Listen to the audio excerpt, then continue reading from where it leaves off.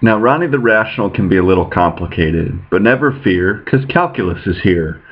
Remember, f of x was equal to x squared minus 1 over x cubed.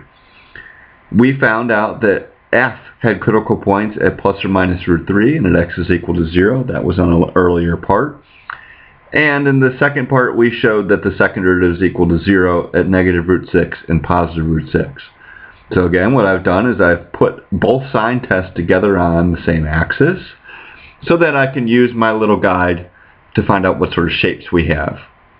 This is a strange looking function that starts out with a concave down decreasing piece, then moves to concave up but still decreases. Then we go to concave up and increasing, and then there's a strange little thing that goes on at x is equal to 0 that we'll see. We actually have a vertical asymptote, so these pieces aren't going to connect. Okay? At root 3, we've got what appears to be a relative maximum, and we change concavity at root 6. I'm especially going to focus today on trying to make sure that we can graph this correctly, so I've intentionally left the axes incomplete so that I can start filling in things. The sign test tells us that there's a relative maximum at root 3. F prime goes from positive to negative. We can see that going back to our original sign chart, where you can see the derivative goes from positive to negative. You could also prove that using the second derivative test, but I will avoid that on this particular example. We will have a relative minimum at x is equal to negative root 3, where f prime goes from negative to positive. You can see that similarly right here, where the derivative goes from negative to positive on our sign test. So you'll notice that our key points are plus or minus root 6 and plus or minus root 3. Since plus or minus root 6 is less than 3 and is bigger than negative 3, we're going to draw 3 little tick marks on here, and in fact let's draw 4 for good measure. I've already labeled the axes with my vertical asymptote, which is at x is equal to 0, and our horizontal asymptote, which is at y is equal to 0. If you don't remember how to find that, all you need to do is look at the rational function and compare the degrees of the numerator and the denominator. It might be best to start out with what's going on with the behavior of the function at x is equal to 0. If we try a number that's less than 0, but is still not bigger than 1, we're going to end up with a negative number on the top and a negative number on the bottom, which indicates that our function is going to positive infinity to the left of x is equal to 0.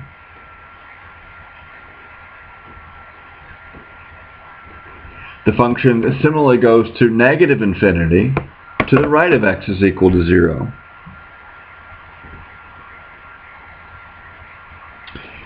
You'll notice that we've got 2 roots at x is equal to 1, so that's something we can fill in. And x is equal to negative 1. So the function is going to decrease all the way down to those points to the left of 0 and increase up to those points to the right of 0. Now let's try to fill in some of these other things. We know that we've got a relative maximum at root 3 and a relative minimum at negative root 3. Well, root 3 is somewhere in between 1 and 2. So the function will look a little something like this. Relative minimum at negative root 3, relative maximum at positive root 3. At root 6, we've got something that goes on that's a little bit weird. You'll notice that we've already filled in that concave down and increasing part all the way up till root 3. That's this part right here. The function is still going to be concave down all the way up until root 6. With no other ways for it to cross the x-axis because we've already taken care of all the roots. At root 6, which is somewhere between 2 and 3, the function is going to change to being concave up. However, it's got to level up to its horizontal asymptote, so it looks a little something like that. Similarly, on the other side, the function goes to concave down at negative root 6. So what we need to do in between 2 and 3 is have a little mark, a point of inflection, where the function changes from concave up, and I didn't do a very good job of it there. Changes from concave up to concave down, going to negative infinity.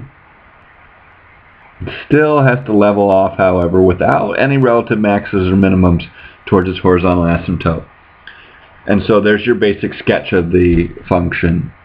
So between 2 and 3, 1, 2, 2 and 3, we've got a point of inflection at x is equal to negative root 6, and a point of inflection at x is equal to positive root 6.